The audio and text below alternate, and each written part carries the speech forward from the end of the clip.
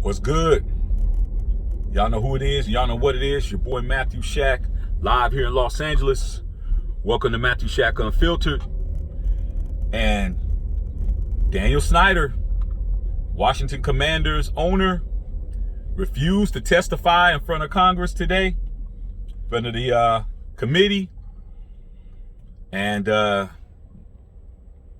NFL and Daniel Snyder and the Washington Commanders is in big trouble, dog. They're trying their damnedest to not disclose the findings of that investigation.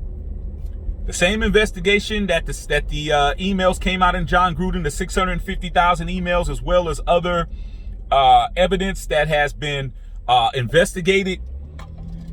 And U.S. government's nipping at the heels of the NFL and nipping at the heels of Daniel Snyder, because there's definitely some cover-up going on, and they're trying their damnedest to not have to disclose the findings of this investigation. The committee of the I think it's the Senate committee or the Senate Subhouse committee, if I'm not mistaken, said that they're accusing Daniel Snyder of basically having a shadow investigation, meaning that the whole idea to have the investigation was to cover up from the get-go, not to disclose anything, not to have any findings, not to find out get down to the bottom of everything, but to have an investigation to cover up, allegedly. And this could affect his ownership. It's a whole bunch of stuff, man, that's been going on behind the scenes. Those of us that love the NFL, fans, pundits, players, former coaches, and former employees, a lot of things have happened. With the biggest being John Gruden being ousted of his job with the Las Vegas Raiders over a few emails when they did not disclose the other emails, and who else had something to say. Now that Gruden's case looks like it's going to be going to trial, NFL better try to figure out what they're going to do. Try to settle with John Gruden, give him a huge ass bag. If not, everything's coming out. And when everything comes out, and the way it's looking now, people are going to have to either sell their interests in their team, or pay out huge settlements, or figure out something and hope that they can get out of this and wiggle out of it, because they've been able to do that in the 102 second year history of the NFL. There's going to be a lot of dirt that's going to come out, man. And when it comes out, I'm not going to be shocked by anything that I hear. I'm already bracing myself for it.